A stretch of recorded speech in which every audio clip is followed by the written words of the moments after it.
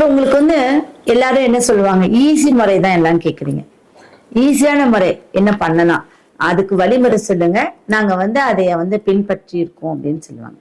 சரி, ஒரு ஈஸியான முறை வந்து ஃபர்ஸ்ட், உங்க வீட்டுக்கு குலதெய்வம் வரணுமா, உங்க வீட்டுக்கு நல்ல காலங்கள் வரணுமா, அப்ப என்ன பண்ணணும், 6 மாசம் இல்ல 3 மாசத்துக்கு ஒரு முறை ஏதாவது ஒரு அம்மன் கோயிலுக்கு போய் ஒரு 1/4 கிலோ 1/2 கிலோ குங்குமம் வாங்கி கொடுத்துருங்க. உங்க வீட்டுக்கு குலதெய்வம் வந்துடும். நல்ல விசேஷமே நடக்கும். இது ஒரு டிப்ஸா வச்சுக்கோங்க. சரிங்களா? அடுத்தது, விரலி மஞ்சள் கல்கண்டு. எங்க பூஜைக்கு பொருளுக்கு போனாலும் இதை வாங்கி கொடுங்க, மாங்கல்யம் பலமா இருக்கும். இது எல்லாமே வந்து ஒரு சின்ன சின்ன கிஃப்டா உங்களுக்கு டிப்ஸ் கிஃப்ட் இதெல்லாமே. அப்போ குங்குமம் என்ன பண்ணுவாங்க, அத்தனை அவங்களே பூசிப்பாங்களா? இல்லையா? வர பெண்களுக்கு அனைத்து பேருக்கும் கொடுப்பாங்க. அப்ப அந்த பெண்கள் குங்குமத்தை எங்க வைப்பாங்க, எடுத்த உடனே நெத்திலையும் தாலிலையும் வைப்பாங்க. அப்ப உங்க குங்குமம் அதோடைய கலக்கும். அப்ப உங்களுக்கு தாலி பாக்கியம் நிலைக்கும். உங்க வீட்டுல பெண்களுக்கு ரொம்ப விசேஷமான ஒரு அமைப்பு. சரி, இன்னைக்கு நம்ம எல்லாரும் வந்து ஏஞ்சல் சொல்றோம். ஏஞ்சல் நம்பர், அதிர்ஷ்ட நம்பர் இப்படின்னு வச்சுக்கோங்க. அதிர்ஷ்ட நம்பர், இப்ப இந்த அதிர்ஷ்ட நம்பர் வாரம் இருக்கு, மாதம் இருக்கு இல்லைங்களா? அடுத்தது ஒவ்வொரு பொருளுக்கு இருக்கு. இப்ப முதல்ல நம்ம எடுத்துக்கிட்டோம் அப்படின்னா, இப்ப திங்கக்கிழமைக்கு ஒரு அதிர்ஷ்ட எண் இருக்கு, செவ்வாய்க்கிழமைக்கு ஒரு அதிர்ஷ்ட எண் இருக்கு. இப்படி கிழமைகள் ரீதியாக எல்லா அதிர்ஷ்ட எண்ணுகளும் இருக்கு. இப்ப நீங்க நோட் பண்ணிக்கோங்க. முதல் திங்கக்கிழமை உங்களுக்கு ஒரு அதிர்ஷ்ட எண் அப்படின்னா என்ன அப்படின்னு பார்த்தீங்கன்னா 47.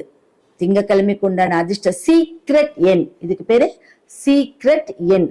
இந்த 47 அப்படிங்கிறத நீங்க என்ன பண்ணணும், நாங்க என்னங்க அதை பண்ணணும் அப்படின்னா, ஒண்ணுமே பண்ண வேண்டாம். உங்க ஒரு பேப்பர் எடுத்துக்கோங்க, இல்ல உங்க இந்த கையில 47 அப்படிங்கிறது பச்சை இங்கால எழுதுங்க. அது 1 மணி நேரம் இருக்கட்டும், 4 மணி நேரம் இருக்கட்டும், அதை பத்தி கவலைப்படாதீங்க. இந்த பச்சை இன்குல எழுதுங்க. அந்த டே உங்களுக்கு நல்ல ஒரு விஷயங்கள் தடங்கள் இல்லாம நடக்கும். அடுத்தது செவ்வாய்க்கிழமை பார்த்தீங்கன்னா 69. செவ்வாய்க்கிழமை வந்து 69. இதுதான் உங்களுடைய சீக்ரெட் நம்பர். இப்ப இது வந்து சீக்ரெட் கோடு எனர்ஜி நம்பர். இப்ப எனர்ஜிட்டிக்னு சொல்லுவாங்க இல்லையா, எனக்கு ஒரு எனர்ஜி கொடுங்க அப்படிங்கும்போது இந்த நம்பர்ஸ், நான் சொன்ன நம்பர்ஸ் வந்து 7 நாள் சொல்லிடுறேன். இந்த நம்பர்ஸ் நீங்க என்ன பண்ணணும்னா 11 முறை உங்க வாய்மொழியில சொல்லணும். அடுத்தது இங்க எழுதணும். இது நீங்க பண்ணா போதும். அடுத்தது புதன்கிழமை 104. 104 104. இதுதான் உங்களுடைய புதன்கிழமையோடைய சீக்ரெட் எனர்ஜி நம்பர். ஓகேங்களா?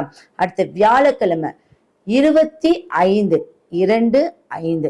இப்ப நான் வந்து உங்களுக்காக வந்து சொல்றேன் 46 67 சொல்ல, அப்படி சொல்லக்கூடாது. ஆனா 25 104 6 1 இப்படிதான் சொல்லணும். அதுதான் அதோடைய அர்த்தம். புரியுதுங்களா? அப்ப நீங்க அப்படி சொல்லிதான் நீங்க இங்க எழுதணும். அப்படி சொல்லிதான் நீங்க உங்களுடைய வாய்ஸ்ல நீங்க சொல்லணும்.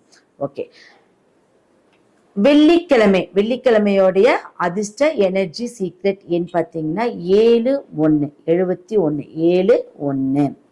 சனிக்கிழமையோட எனர்ஜி பார்த்தீங்கன்னா 93. ஞாயிற்றுக்கிழமையோடைய எனர்ஜி எண் அப்படின்னு பார்த்தீங்கன்னா 156. 156. இப்போ இதை நீங்க எப்படி எழுதணும் அப்படிங்கிறது, இடது கை, உங்களுடைய இடது கை வலது இடது கை அப்படிங்கிறதுல இடது கை, இந்த இடது கையில பின்பக்க மணிக்கட்டில், இப்ப நீங்க வந்து டிராயிங் போடுறாங்க தெரியுமா, நம்ம ஸ்டாச்சு எல்லாம் போடுறாங்க, அந்த மாதிரி இந்த இடது மணிக்கட்டு பின்புறத்துல இந்த ஓரத்துல எழுதுங்க. அப்போ இந்த ஓரம் இல்லாட்டி இந்த ஓரம் எழுதிட்டு வரும்போது என்ன அப்படின்னா, இது வந்து மணிக்கட்டு. அப்ப இது மணிக்கட்டு அப்படிங்கும் போது இந்த அதிர்ஷ்ட எனர்ஜி இங்க இருந்து ஸ்டார்ட் ஆயிடும். புரியுதுங்களா? இதுல யாருக்காவது உங்களுக்கு தெரியாம இருக்கா? புரிஞ்சிருக்குங்களா? ஓகே, சரி. அடுத்தது தாந்திரீக தேவதையோட எண்கள். தாந்திரீக தேவதை எண்ணெய். இப்ப இது வந்து சார் நான் வந்து ஒரு டே பை டே சொல்லியிருக்கேன். சொல்லி முடிச்சிட்டீங்க. இப்ப அடுத்து வந்து